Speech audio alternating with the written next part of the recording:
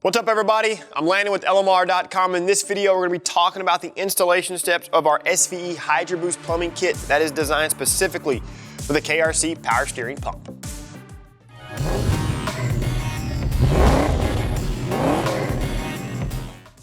To kick things off, if you are wanting to know a little bit more about the specifics of the SVE Hydroboost plumbing kit, be sure and check out the video link in the description. In that video, I explain each kit in more detail and go over all the components that the kit includes and of course cover important technical information. Today we are going to be working with one of our mock-up cars, so just to clear the air, there will be some stuff out of place and are missing. However, the 99 to 04 V8 Hydroboost assembly and KRC power steering pump are already installed into the car. So this video will go over the proper routing and placement of all of the hoses and their associated components. Before you install the kit, I would recommend that you neatly lay out all of the provided components, as this will give you the opportunity to familiarize yourself with everything that the kit includes. Other recommendations that I have for you is use a fender mat, work as clean as possible, and leave everything loose until all of the hoses are installed. This will help with the final clocking and positioning of the hoses. To get started, support the car via a lift or get it as high and as safe as you can if you're going to be working off of jack stands. Place the two steering rack fittings on a workbench and apply the provided thread locking compound to the threads. Install the smaller fitting into the lower port on the steering rack. Thread this all the way in by hand and then torque it to 22 pound-feet. Install the larger fitting into the upper port on the steering rack. Like the other fitting, thread it in by hand and torque it to 22 pound-feet as well. Install the larger M18 banjo bolt and fitting into the centermost port on the Hydroboost assembly. Finger tighten the fitting and leave it loose. Install the smaller M16 fitting into the outermost port and finger tighten it as well. Loosen and remove the factory barbed fitting from the assembly with an 11mm wrench. Inspect the port and make sure it is free of foreign material, nicks, or burrs. Place the provided adapter fitting on a workbench and lubricate the small O-ring with some dielectric grease. Carefully install it onto the fitting. Thread this into the Hydroboost assembly, tighten it by hand first, and then rotate the fitting until you feel the O-ring compress. Whatever you do, don't over-tighten this fitting as you could damage the O-ring. Before continuing, note that the two high-pressure hoses have DOT markings on them. Locate the provided high-pressure hose that has a 45-degree fitting on one end and a 90-degree fitting on the other. The 45-degree fitting will install into the lower fitting on the steering rack, and the 90-degree fitting will install into the outermost banjo fitting. Pre-install the hose and verify that the fittings are clocked correctly. If needed, you can rotate the collars to ensure proper positioning of the hoses. To do this, hold the collar with a 3/4 wrench and then rotate the fitting with an 11/16 wrench. When doing this, adjust the fittings in small increments as it won't take much to get them properly positioned.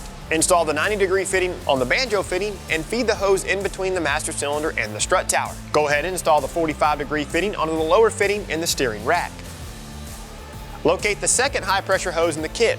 This hose has a 90-degree fitting on one end and a straight fitting on the other. The straight fitting will install onto the centermost banjo fitting, and the 90-degree fitting will install into the bottom fitting on the KRC pump. Remove the cap from the lower fitting on the KRC pump and install the hose. Route this hose alongside the other high-pressure hose and install the straight fitting onto the centermost banjo fitting. Locate the low-pressure hose that has the 45-degree fitting on one end and a tube seal clamp on the other. The tube seal clamp is a simple worm gear clamp that offers the finished look of a traditional AN fitting. Go ahead and install the 45-degree fitting onto the upper fitting in the steering rack. Lubricate the barbed fittings on the power steering cooler tube with some dielectric grease. Push the other end of the hose onto the upper fitting on the cooler tube. Now you can install the short low pressure hose that has a 90-degree fitting on one end and a tube seal clamp on the other onto the lower fitting on the cooler tube. Now because of the tight fit, you'll need to carefully heat the end of the hose with a heat gun to fully install it. Locate the long low pressure hose that has a 90-degree fitting and a straight fitting. A 90-degree fitting will install into the fitting on the top of the KRC pump reservoir, and this will be routed alongside the high-pressure hose. Locate the short, low-pressure hose that has a 90-degree fitting and a straight fitting. The 90-degree fitting will install onto the low-pressure adapter on the Hydroboost assembly, and the straight end will install onto the Y fitting.